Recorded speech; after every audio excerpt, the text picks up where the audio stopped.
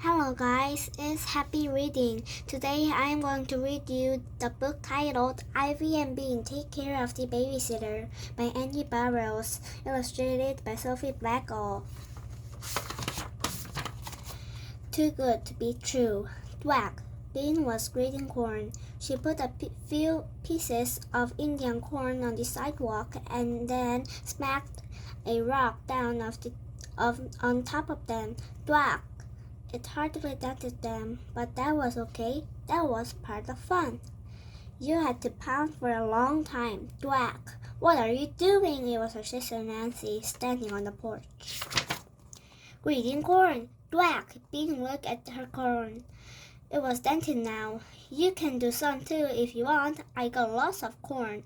Nancy watched her pound. What's it for food? Said Bean. I'm making cornbread. Thwack! Hey, look, corn dust. Nancy almost came to look.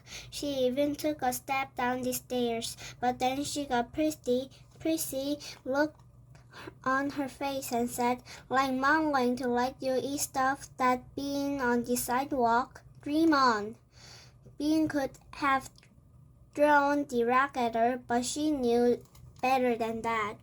Bean was 7, Nancy was 11. Bean knew how to drive Nancy nuts though without getting into trouble herself. She began to moan loudly. Greet or save, starve. Winter is coming. If we don't green corn, we'll have to eat rocks. Call it out, Bean, hissed Nancy. Everyone will see you. Nancy was always worried about that. Everyone will see her. Bean wanted everyone to see her. She lay down on the sidewalk and rolled from side to side, moaning, just a little corn dust, that's all I ask. The front door slammed. Nancy had gone inside. That was easy. Bean lay on the sidewalk, resting. The sun was warm. She loved Saturdays. We got dirt at my house, said a voice above her. It was Sophie W. from down the street. What kind of dirt? asked Bean. Sophie smiled. Both her front teeth were out, and she had filled the hole with gum. A lot of dirt.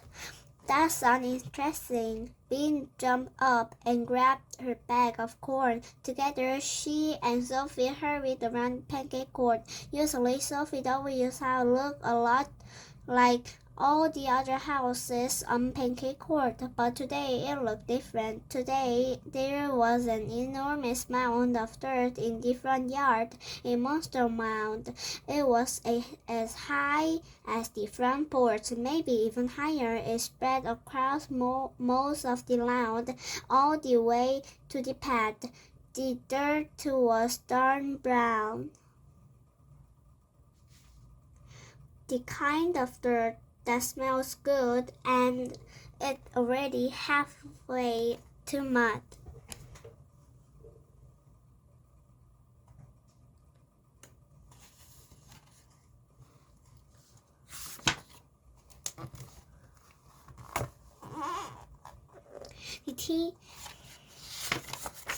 Wow, your parents actually gave you dirt, asked Bean. Sort of, Sophie said. They're going to use it in the backyard, but not until next week.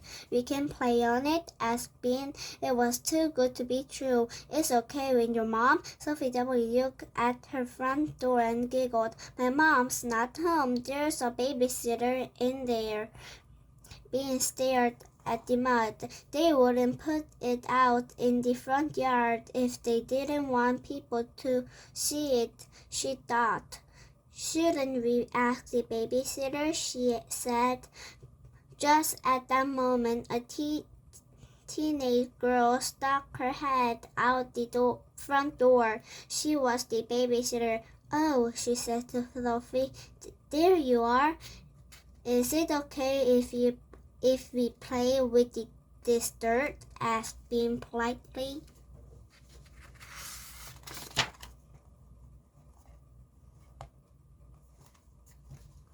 The teenager looked at the mound like she had never seen it before. I guess, don't track it into the house. No problem, said Bean. We don't even want to go in the house. The babysitter nodded and turned to Sophie. I guess I'll be watching TV, okay? Sure, said Sophie. She and Bean waited until the teenager was inside. Then Sophie turned to Bean. What should we play? Play? Said Bean. We haven't got time to play. The volcano about to blow. Disaster twins. Ivy wouldn't wanted to miss out of the volcano, that was for sure. Bean zipped up the street to Ivy and rang the doorbell, but that was too slow. Hey, she yelled through the mail slot. There's a volcano at Sophie W's. A what? Said Ivy, opening the door. Ivy was reading. She was reading a really big book with long words, even on the cover, which was something Bean couldn't stand. It was bad enough when there was a big word inside the book. A volcano, Bean yelled. Come on! Ivy looked at her book. Bean rolled her eyes. Ivy, it's a natural disaster. You have to be there. Okay, said Ivy. She put down her book. It's a good book, though. You are too weird sometimes, said Bean. Come on. The two girls ran back to Sophie's house. Leo was there now, and Sophie asked, and Perry and Perry's little brother, Asia. When she got to the front yard, Bean fell onto the grass. Earthquake, she hollered.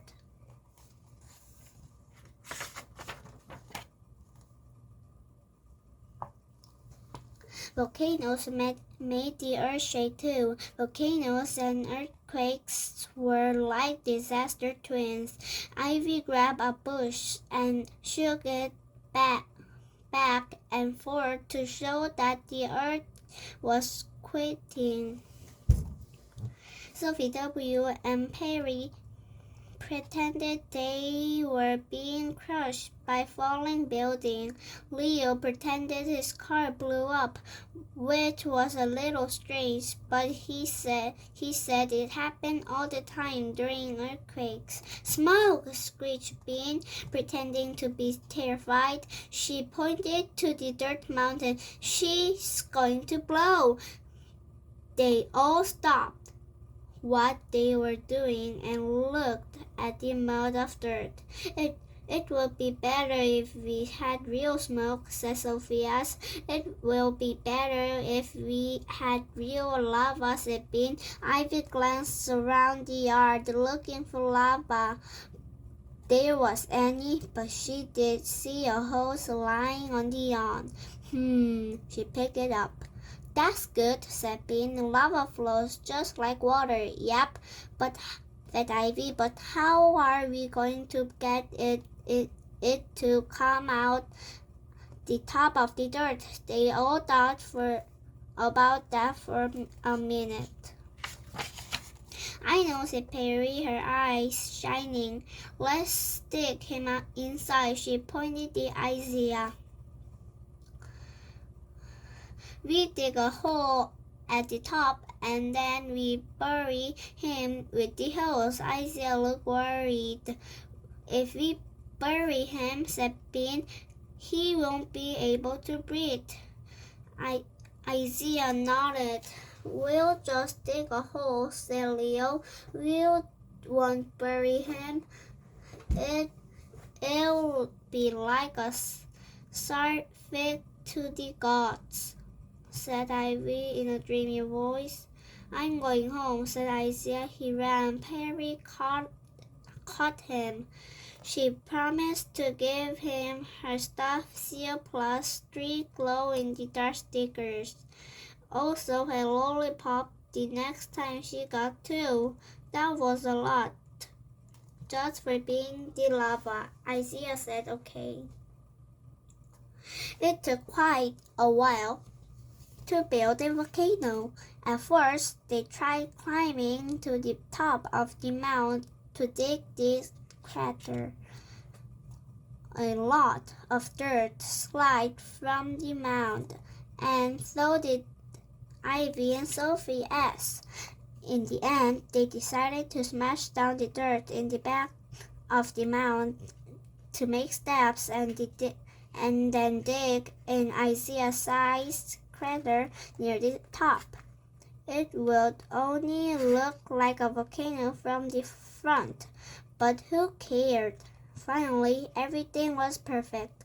Isaiah climbed the steps slowly, holding the hose and Bean's bag of corn. Bean, Ivy, Leo, Perry, and Sophia scattered around the foot of the volcano. Sophie W. got to turn on the hose since it was her house. "You ready?" called Perry. "Yes," Isaiah. They could hardly hear him inside the crater. "On your mark," yelled Bean. "Get set, go!" She threw herself on the ground. "Earthquake! Earthquake!" she bellowed. "Help!" howled Sophia's. "The volcano is sweeping." Isaiah drew the corn out the top. "Ask the gods for forgiveness," yelled Ivy. "It's too late," shouted Leo, flapping blue bushes back and forth. "Oh no! Here it comes!" hollered Perry. Sophie W. laughed and turned the hose on full blast. "Ah!" screamed the volcano, and the water blew out the top of the crater and in a gigantic spray. Bean was sopping wet. There was corn in her hair. There was mud on her clothes. She was crawling through the burning lava to bring life-giving corn to the hungry townspeople. The hungry townspeople was some rocks over by the edge of the lawn. Ivy and Leo and Perry and both Sophies were crawling through the burning lava too. Isaiah refused to come out of the crater. "Bean, time to go home!" It was Bean's mom calling from her porch. Weird. Bean had already had lunch. She decided her mother didn't really mean it. "Bean, I mean now!" Oops, maybe she did really mean it. Bean stood up. "5 more minutes," she yelled. "No, now, Bean!" Bean's mother sounded cranky. "I've got to go," Bean said to the other kids. "Okay," said Ivy. "See you." "Bye," said Sophie W., pulling a corn kernel out of the mud. "Look, food." Bean looked at them. "You know," she said, "that's my corn, and it was my idea. You guys should stop till I come back." Leo sat back on his heels. "No way! It's my dirt," Sophie W. pointed out. Bean looked at Ivy. Ivy shrugged. "I wanted to keep playing," she said. Bean scowled. "It wasn't fair. You wouldn't even know about it if it wasn't me. Some friend she was." Bean stumped home.